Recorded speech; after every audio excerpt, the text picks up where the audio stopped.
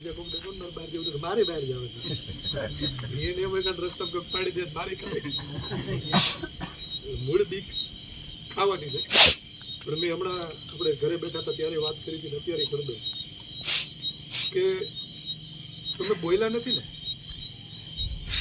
તમે વિરોધ નથી કર્યો એટલે તમારી માથે બધા આવી. તમે વિરોધ કર્યો હોત, તમે એની ખામાં બોલ્યા કીધું કે હાયલો આય તો એનું પાણી મપાય. પણ આપણે ક્યારે માપ્યું જ નહીં. આપણે બસ એક જ વસ્તુ જોઈએ હશે તમે કયો એમ જાવ જ તમે કોઈ એમ ન કીધું કે આવવા દો બેઠા છે હાલે બધું થઈ જાય. તમે મારા વિડીયો જોવો છો, તમે જોતા હોય તો કે અવારનવાર મને લોકો ધમકીઓ આપે કરી નાખું કેમ કરી નાખું મેં આવી જાય પાડી દઉં પાડી દઉં. આ ભાઈ ઘરે બધી મારી હું તો ન બોલવા દીધી ક્યારેક ક્યારેક, પણ હજી કોઈ આવ્યો નથી. ના આવવાનું કારણ શું છે? કોઈને ખોટું ગયું એટલે કોઈ તુરમખા નથી. અને આપણી પાસે તો એવડો મોટો કાયદો છે કે જેમથી બધી બીક લાગે. એમ પણ શૈલેષભાઈ હમણાં વાત કરી કે એટ્રોસિટી એક્ટને નબળી કરવામાં સૌથી મોટો હાથ હોય તો આપણો. શું કારણ છે કે સામાન્યથી સામાન્ય ઝઘડો હોય, ક્યાંક બારે ગયા હોય ને ત્યાં સામે વાળાને ખબર નહીં હોય હા પી નાખી ને ત્યાં ધબધબાટી બોલે ને મને પહેલાં પૂછ્યું કેવું પછી માર્યો. તો એ સાબિત કેમ કરવું કોર્ટ? એની બરોબર સાબિત તો કરવું ને, કેમ કે કોર્ટ જે પણ કંઈ નિર્ણય લે એ પુરાવાના આધારે લે.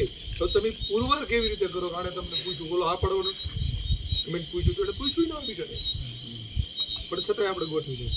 અને બીજું એવું થાય કે ક્યાંક ને ક્યાંક મારી જેવા હારા આગેવાનો હોય ને એટલે એ આવે પેલું થાય રાજકીય ગગવાળો માણસ છે, રૂપિયા છે, કાંઈ ચૂકી જાય આપણે ગામમાં રહીએ આ વાત આવે એટલે ઝીરો થાય તરત ઝીરો થઈ જાય. આ ન કરે પછી તકલીફ થાય. એ ન ખબર પડે કે એનો બાપ આના ઘરે આવ્યો તો કાની મા એને ઘરે ગઈ. એવું તો તમે બોલો કોના પેટનો એની નથી ખબર પડતી હોય ને. આપણે કંઈક સમજનો છે પણ મને લાગે કે બીઓ ભરી ગયો હોય કેવી રીતે તો જ આવું કરે. અગર આપણો હોય ને આપણી આમ ભેગો ઉભો રહે અને લડે ક્યાંક આવું છે. અને ક્યાંક અમુક નાલાયકો એવાય છે કે જેને ક્યાંય કામ ધંધો કરવો છે બરાબર, રોજ ઉઠીને મસ્ત નાઈ દઈને રખડવું, દારૂ પીવું, જલસા કરવાના. અગાઉ ખિસ્સામાં ખૂટ્યા છે તો ગમે એની યારે જરાક નાની ઉની ટસલ કરી જતો છે દાખલ કરો 25,000 આવે ખિસ્સામાં આવી જાય. પછી ઓલા હા ત્યાં કાંઈ ન હોય ને પછી પછાડી એટલું શું બતાવે એટલે આપણે 2-3 મહિનાનું થઈ ગયું. આવું થવાના કારણે થઈને જે અત્યારે આપણે એટ્રોસિટીને આપણે નબળી કરી છે. ને એમાં બીજું કે જે આ સુપ્રીમ કોર્ટમાં ચુકાદો આવ્યો Arnesh Kumar versus state of Bihar, એને અને એટ્રોસિટી એક્ટને કાંઈ લેવા દેવા નથી. પણ છતાંય 7 વર્ષથી નીચેની સજાની જોગવાઈ હોય તો પોલીસ એને નોટિસ આપી પોલીસ સ્ટેશને બોલાવીને જામીન દીધી. એટ્રોસિટી એક્ટ સ્પેશિયલ કાયદો છે, સ્પેશિયલ લો છે, એનાની યાર કાંઈ નહીં. પણ છતાંય દે શું કામ કે એ આપણી નબળાઈ, આપણે ક્યારે એનો વિરોધ નથી કર્યો. રોજ ફોન આવે વસંતભાઈ એટ્રોસિટી કરી હતી પણ પોલીસે ધરપકડ નથી કરી, મોબાઈલ નોટિસ મળી ગઈ હોય થોડાક દિન જામીન થઈ જાય તો ઉપાધિ કરી શું કામ? તો આના માટે થઈને આપણે બહુ મોટું આંદોલન કરવું પડે જો આ એટ્રોસિટીને આપણે જે મૂળ સ્થિતિએ લાવવી હોય તો.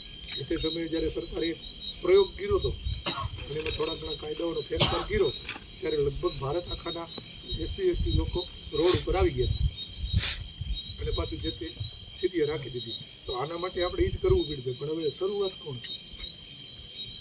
હવે મારે કરવી છે તો એને કામ મારે કોઈમાં જ એટ્રોસિટી નથી. મેં અત્યાર સુધી ઘણા યારે બાયજો ધબધબાટીઓ બોલાવી, મેં કોઈ એમ જ ફરિયાદ જ નથી. કેમ કે હું 10 આંકડાનો નંબર વોટ્સઅપમાં અને ફેસબુકમાં મૂકી દઉં ને એટલે ત્યારે રાતે નીંદર ના ત્યાં તમારી બધીને દે તમે બધા ફોન કરી તો તારી બેન તારી પાસે કેવું મતલબ ફોન ઓલો કન્ફ્યુઝ કારણ ખોટો થઈ ગયો.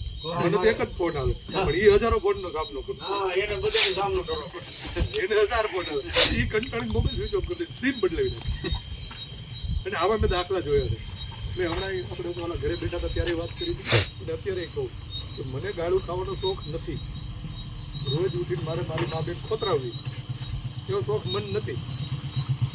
પણ જ્યારથી હું આ વિડીયો બનાવતો ત્યારે મેં ઘોડી પ્રકરણમાં કીધું કે ભાઈ ઘોડી તમારી મા બેન થાય એ લોકોને જેને ને ઈ ભાઈ ઈ જે બેનની જે હત ને ઘોડીની ઈ તાળી પાડજો કારણ કે ઈ શબ્દ જે કાઢો ને તે નાની માના ખ્યાલ નથી. હા અને એ કીધા પછી જેને બિચારાઓને દુઃખ લાગ્યું ગરમ લાગ્યું એને મને ફોન કર્યા અને મને સીધી મા બેન આમ ગયું.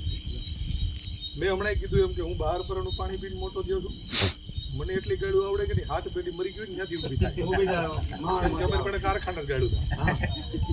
પણ છતાંય હું એટલા માટે ગાડું ખાઉં છું કે મારી ગાડું ખાવાથી સમાજના યુવાનોમાં જે જાગૃતિ આવી છે ને એને પછી સામેવાળાને જે ગાડી દીધી છે ને અને ફોન બંધ કરાવ્યા છે ને એ મને કીધું કે હવે બોલતા થયા, વિરોધ કરતા થયા, આમાં થઈ જાય એટલે હું ગાડું ખાઉં.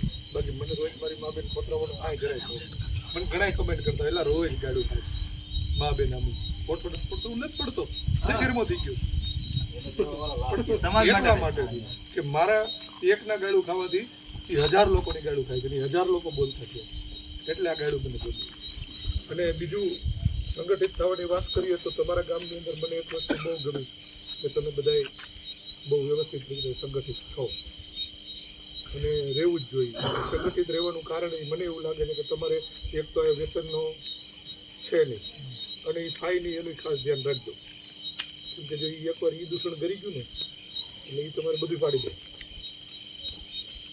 અને આમનેમ સંગઠિત રહેજો, જ્યાં જરૂર પડે ત્યાં અમે તમારી ભેગા છીએ અને અમારે જરૂર પડે ત્યાં તમે અમારી ભેગા છો. કેમ કે અત્યારે હું અહીંયા આવ્યો ને જે ગામની અંદર મને માન સન્માન મળ્યું છે એટલે અને આ માન સન્માન મને એટલા માટે મળ્યું, હું સમાજ માટે બોલું છું અને સમાજે મને સ્વીકાર્યો છે ત્યારે આ બધું થાય છે. મેં કાંતિભાઈએ જે કાર્યક્રમ ગોઠવ્યો હતો સમાજના આભાર વિધિનો, ત્યારે સ્ટેજ ઉપરથી કીધું હતું કે આયા બેઠેલા હરેક આગેવાનોને જો કોઈને એવી હવા હોય તો હું આગેવાન છું તો એને કાઢી નાખે. હું કાંઈ નથી, શૈલેષભાઈ કાંઈ નથી, ભરતભાઈ કાંઈ નથી. અમે ક્યારે છીએ કે સમાજે જ્યારે અમને ખંભવાય અમે બોલ્યા, સમાજને યોગ્ય લાગ્યું કે નહીં આ સમાજ માટે કંઈક કરે છે યોગ્ય છે, જેણે અમને ખંભો આપ્યો ત્યારે મૂક્યા છે ત્યારે અમે આગેવાન છીએ. બાકી હમણાં સમાજ એમ કીધું કે હવે આ તો ના લાયક તમે કાંઈ કાઢી લે નથી તો અમે હું હેઠો પડી ગયા. એટલે જે છે એ સમાજ છે, સમાજ આપીનો પગ છે, સમાજ થી જ ઉજળાથી અને સમાજ થકી જ રહેવાની હતી. કદાચ પરિવારમાં વિખવાદ થાય, ડખા થાય, મેં એવાય જોયા છે કે બાપ મર્યો હોય મા મર્યો તો બીજો ભાઈ દાંતવા નથી આવતો પણ સમાજ આવે. કાલે વારે કદાચ મને મારા પરિવારમાં કંઈ એવું થાય ને તો મને એ ચિંતા નથી, કેમ કે મેં એટલું તો ભેગું કરી લીધું છે કે ભાઈ લાંબી લાગી છે. આ બધું મેં એટલા માટે કીધું, તમને સીધી ચોખ્ખી વાત જ કરતો કે જ્યારે જે જોગડિયા સેન્ટરનું નિર્માણ થયું ને એટલે હું સુરતથી આવ્યો અને એની અંતિમ વિધિમાં હું ટ્રેક્ટર ઉપર બેઠો હતો, પાછળ જે લાઈન થઈ ને ત્યારે મેં હું નક્કી કર્યું હતું કે સાહેબ આ લાઈન થઈ ને આનાથી મોટી આપણે કરવું. એટલે આજે લડાઈ લડું છું કે જે કાંઈ સંઘર્ષ કરું છું ને એ હું મારા સ્વાર્થ માટે કરું છું, મારા પૈરા પર લાઈન મોટી થાય. બાકી સમાજ માટે લડવું, સમાજ માટે કામ કરવું દરેક વ્યક્તિની ફરજ છે. આપણા મહામાનવોના સંઘર્ષોને વાંચ્યા છે, મહામાનવોને વાંચ્યા છે એ વ્યક્તિએ તો આ લડાઈ લડવી જ પડે. જો ન લડીએ તો આપણે સમાજના એટલે એ મહામાનવોના ગદ્દાર છે. તો હું આવતી 2 પેઢી પછી જ્યારે મારા છોકરાના છોકરા કે મારા ભાઈના છોકરા વાતો કરતા હોય છે ને આવી સંઘર્ષની, ત્યારે એ સાથી ઠોકીને એમ કહી દે મારો દાદો હતો એ દલાલ નહોતો, નાલાયક નહોતો. આ લડાઈ હું એટલા માટે લડું છું કે આપણે ગદ્દારોની લિસ્ટમાં આવવું નથી અને આપણે સંઘર્ષ વાંચ્યો છે આપણા મહામાનવો. એટલે બહુ જાજી વાત નહીં કરીએ કેમ કે બધાને હજી ખાવાનું બાકી છે અને અમારે બહુ દૂર જવાનું છે. પણ છેલ્લે ફરીથી એનું એ જેને માનતા હો, જેને પૂછતા હો, જે કાંઈ કરતા હોય બધું તમને મુબારક. પણ જ્યારે સમાજને કે સમાજના કોઈ વ્યક્તિની માથે એવી આફત આવે અને જરૂર પડે ત્યારે એ બધું ભૂલી અને એક થઈ અને સંઘર્ષ કરજો. કેમ કે જ્યાં સુધી તમે એક નથી ને ત્યાં સુધી તમને તકલીફ છે. મેં હમણાં તમે જોયું તો ગુરુ બ્રાહ્મણવાળો વિડીયો મૂક્યો, લગભગ ગુજરાત આખામાં જેટલા ગુરુ બ્રાહ્મણ સમાજના લોકો હોય છે મારી બધી ફરિયાદો કરી, અરજીઓ આપીને બધું કીધું પણ હજી મેળ નથી પીડ્યો. મને મૂળ તકલીફ એ છે કે આ ડૉક્ટર બાબા સાહેબ આંબેડકરે આટલી બધી જાતિઓને એક કરી અને એક અનુસૂચિત જાતિમાં નાખ્યા અને છતાંય જો તમારે હજી પેટા જાતિવાદ કરી અને ચમાર ને વણકર ને ગુરુ બ્રાહ્મણ ને ફલાણો ને ભૂતનું થવું હોય તો ભાઈ અમને તકલીફ એ છે કે આની અનામતના તમે જે લાભ લીધા છે ને એના સર્ટિફિકેટો પાડી નાખો અને પછી છવરણ થઈ જાય, અમને કાંઈ વાંધો નહીં. લાભ તમારે આણે દીધો એ લેવો છે અને પછી તમારે હારીમાના દીકરાથી જવું છે તો એ તમારે મેળ નહીં આવે. એમ બોલશું બોલતો જ રહી, બરાબર છે. જ્યાં જરૂર પડે ત્યાં અમારી જરૂર પડે ત્યારે અમે અડધી રાતે તમારી ભેગા થઈ, પણ સમાજને જરૂર પડે ત્યારે કદાચ એકાબીજાના વિખવાદો કે જે કાંઈ હોય એ ભૂલી સમાજની ભેગા રહેજો. બસ આટલું જ કહીશ. જય ભીમ. તમે 4 વર્ષ પહેલા